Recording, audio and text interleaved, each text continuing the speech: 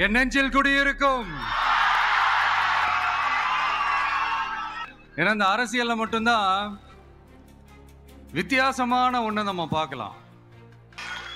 யார் யாரை எப்ப ஆதரிப்பாங்கன்னே நமக்கு தெரியாது, அதை கணிக்கவே முடியாது. அதனாலதான் இந்த அரசியல்ல மட்டும் முன்னாடியெல்லாம் சொல்லி நம்ம கேள்விப்பட்டிருப்போம், நிரந்தர நண்பனும் நிரந்தர எதிரியும் இல்லைன்னு சொல்லுவாங்க. இந்த அதிகார இல்ல அது வேணாம்.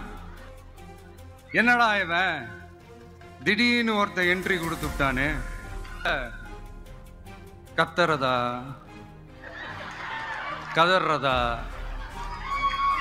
என்ன பண்றதுன்னு தெரியாம, ஒரு பதட்டம் இல்லாம வர்ற எதிர்ப்புகள் எல்லாத்தையும் சும்மா லெஃப்ட் ஹேண்ட்ல டீல் பண்ணிக்கிட்டு,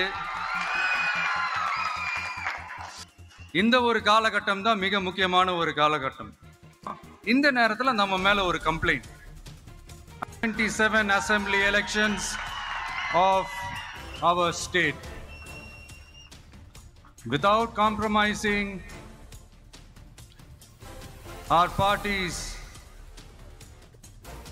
ideological principles at any cost, I am here to collaborate and work with you towards upholding the secular and democratic ideals in TN and beyond. என் நெஞ்சில் குடியிருக்கும்.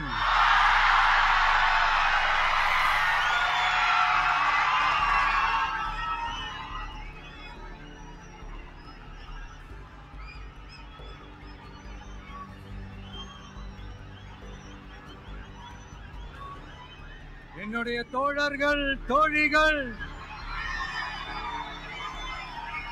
எல்லாருக்கும் என்னுடைய வணக்கம் வணக்கம் வணக்கம்.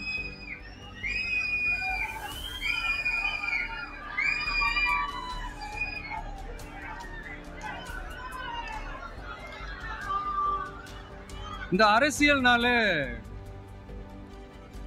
வேற லெவல் தான்ல.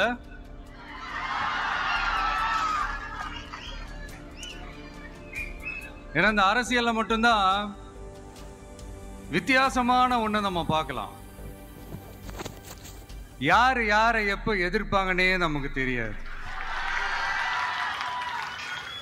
யார் யாரை எப்ப ஆதரிப்பாங்கன்னே நமக்கு தெரியாது, அதை கணிக்கவே முடியாது.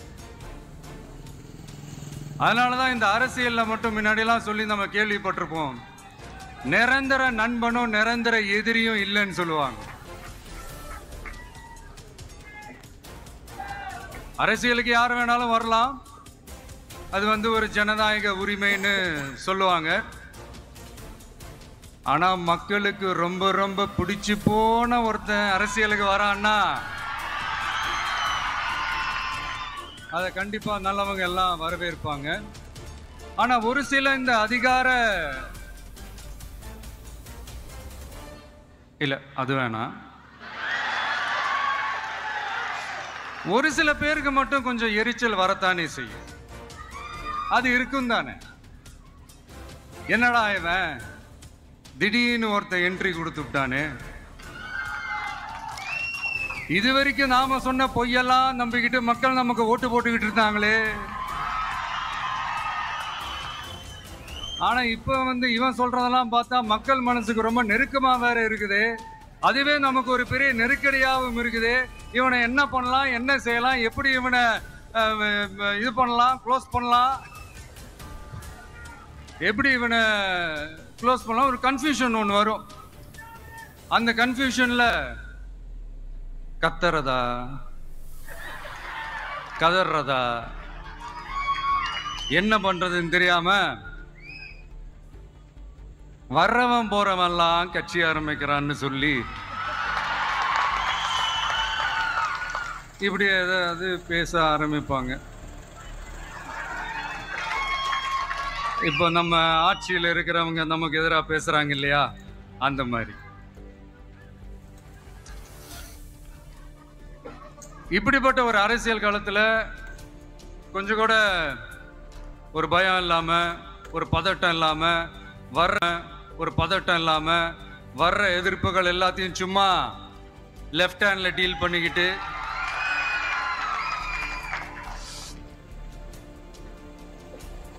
இதோ நம்மளுடைய தமிழக வெற்றி கழகம் முதலாவது ஆண்டை கடந்து இப்போ 2வது ஆண்டில் அடி எடுத்து வைக்கிறோம்.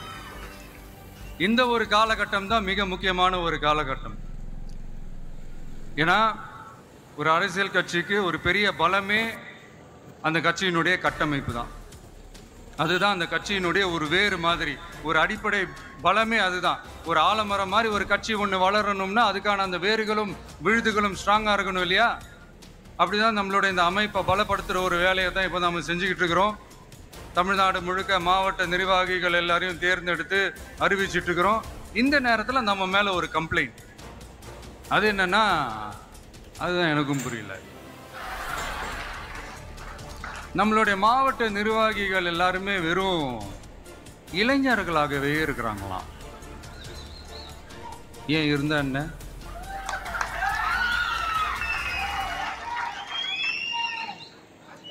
அறிஞர் அண்ணா அவர்கள் கட்சி ஆரம்பிச்சப்பா அவர் பின்னாடி நின்னதும், புரட்சி தலைவர் எம்ஜிஆர் அவர்கள் கட்சி ஆரம்பிச்சப்பா அவர் பின்னாடி நின்னதும் வெறும் இளைஞர்கள் தான். அந்த இளைஞர்களால தான் 1967லயும் 1977லயும் அந்த 2 தேர்தலையுமே ஒரு மிகப்பெரிய ஒரு வெற்றி கிடைச்சது. வரலாறு, அதுதான் வரலாறு. இப்போ அதே மாதிரி நம்ம மேல இன்னொரு கம்ப்ளைண்ட், அது என்னன்னா, நம்மளுடைய கட்சி நிர்வாகிகள் எல்லாருமே சாதாரண குடும்பத்திலிருந்து வந்தவங்களாம். அதே தான் இங்கேயும் கேட்கிறேன், ஏன் வரக்கூடாதா?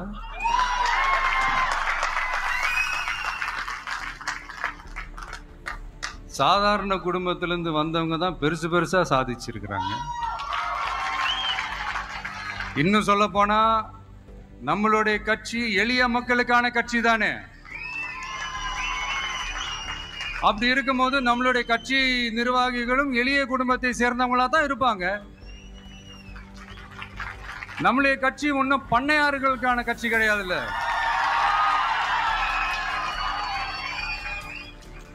முன்னாடிலாம் அந்த காலத்துல பண்ணையாருங்க தான் பதவியில இருப்பாங்க. இப்ப கொஞ்சம் உள்டா மாறிடுச்சு, பதவியில இருக்கிறவங்களாம் பண்ணையாரா மாறிடுறாங்க.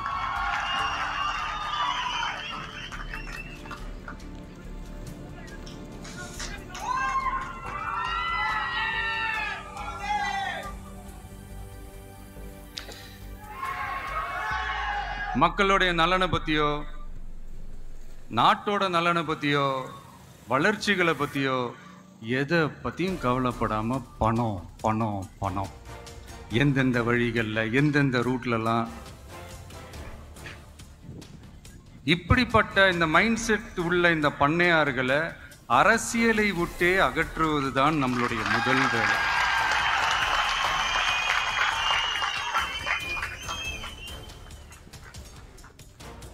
அதை ஜனநாயக முறைப்படி நம்ம செய்யறதுக்கு தான் 2026 தேர்தலை நம்ம சந்திக்க போகிறோம்.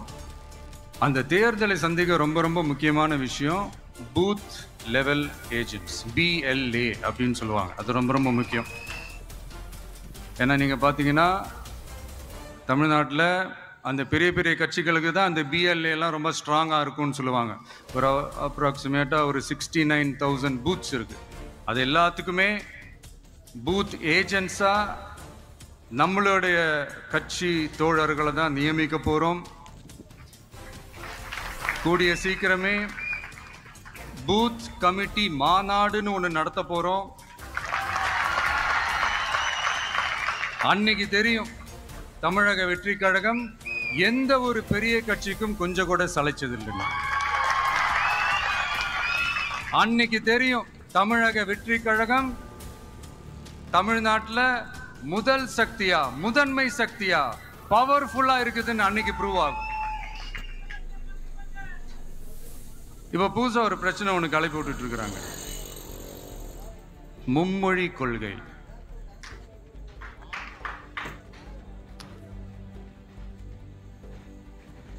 அதாவது